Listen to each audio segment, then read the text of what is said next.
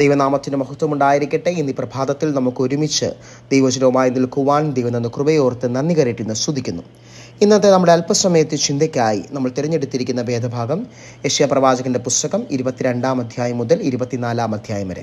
യെശയ്യാ പ്രവാചകന്റെ പുസ്തകം 22-ാം അധ്യായം മുതൽ 24-ാം അധ്യായം വരെ. വിലപിക്കുന്ന ദൈവം. ഈ പ്രവചനം 22-ാം അധ്യായത്തിൽ യെരൂശലേമിനെ കുറിച്ച് വളരെ ഗൗരവമുള്ള ഒരു പ്രവചനമാണ്. ശത്രുക്കളുടെ ഭീഷണിയെ തുടർന്ന് ജനങ്ങൾ ദൈവത്തിങ്കിലേക്ക് തിരിയുന്നതിന് പകരം സ്വന്തം പദ്ധതികളിലും പ്രതിരോധ സംവിധാനങ്ങളിലേക്കും ആഘോഷങ്ങളിലും ആശ്രയിക്കുന്നതായിട്ട് കാണാം. അതിനായി അവർ മതിലുകൾ ബലപ്പെടുത്തുകയും ജലസംഭരണികൾ ഒരുക്കുകയും ചെയ്തു. എന്നാൽ നഗരത്തെ സംരക്ഷിക്കുന്ന ദൈവത്തെ അന്വേഷിച്ചില്ല. ചില ആത്മീയ സത്യങ്ങൾ നമ്മളെ പഠിപ്പിക്കുന്നു. അത് ഈ പ്രഭാതത്തിൽ നമുക്ക് ചിന്തിക്കാം.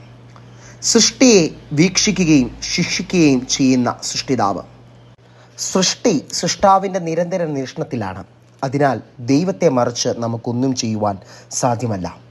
നമ്മുടെ ഹൃദയങ്ങളും നിലവുകളും അറിയുന്ന ദൈവത്തിൽ നിന്ന് ഒന്നും മറവായിരിക്കുന്നതുമില്ല. സൃഷ്ടാവും സകല നിയന്ത്രണവും നഷ്ടപ്പെട്ട കാഴ്ചക്കാരനായി മാറി നിൽക്കുന്ന ദൈവമല്ല. പിന്നെയും നമ്മുടെ തിരിച്ചറിവിനും തിരിച്ചുവരവിനുമായി ക്രിയാത്മകമായ ഇടപെടലുകൾ നടത്തുന്നവനാണ്. കൂടാതെ സൃഷ്ടാവ് ശിക്ഷിക്കുന്നവനാണ്.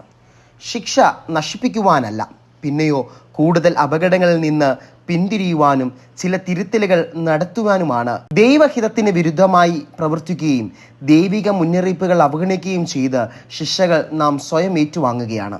എന്നാൽ മനുഷ്യ സമൂഹത്തിന് വിനയപ്പെടുവാനും അനുതാപത്തിലേക്ക് തിരിയുവാനും ദൈവിക വിളിയെ ഗൗരവമായി കാണുവാനും ദൈവഹിതപ്രകാരം ജീവിതം ക്രമീകരിക്കുവാനും ശിക്ഷകൾ നൽകുന്നത്. അതിനാൽ നമ്മുടെ ജീവിതത്തിൽ ദൈവിക മുന്നറിയിപ്പുകളെ ഗൗരവമായി എടുക്കേണ്ടത് ആവശ്യമാണ്.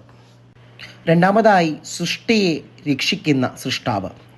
ശിക്ഷ നൽകി അനുതാപത്തിലേക്ക് ക്ഷണിക്കുമ്പോൾ അവയെ അവഗണിക്കുന്ന ജനത്തെക്കുറിച്ചാണ് ഇവിടെ നാം 11-ാം വാക്യത്തിൽ പ്രവാചകൻ പറയുന്നത്. 12, 13 തുടർന്നുള്ള വാക്യങ്ങൾ ഈ ശിക്ഷയിൽ നിന്നും തൻ്റെ ജനത്തെ രക്ഷിക്കുന്ന ഒരു ദൈവത്തെയും നമുക്ക് കാണാം.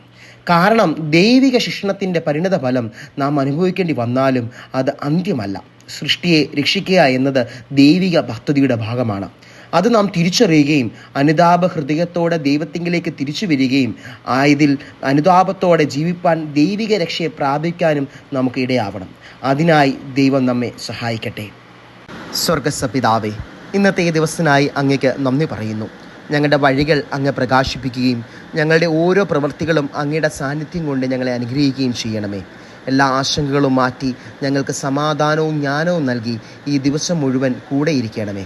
യേശുക്രിസ്തുവിൻ്റെ നാമത്തിൽ തന്നെ ആമേൻ.